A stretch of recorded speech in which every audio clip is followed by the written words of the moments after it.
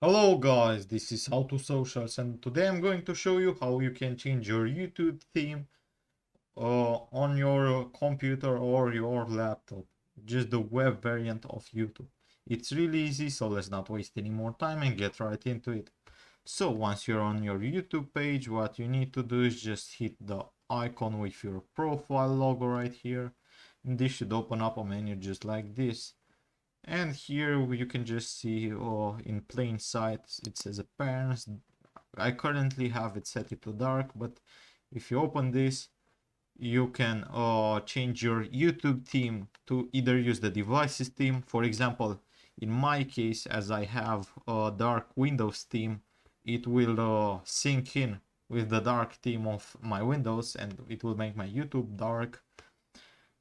Or if you have a light Windows and you choose this one, the YouTube will be light. But you can even choose it out separately to either have a dark theme or a light theme. I currently have it to dark, but you can choose whatever you want. That's pretty much all there is to it, guys. I hope you found this tutorial helpful. I hope you enjoyed it. Don't forget to subscribe to the channel and see you in the next one.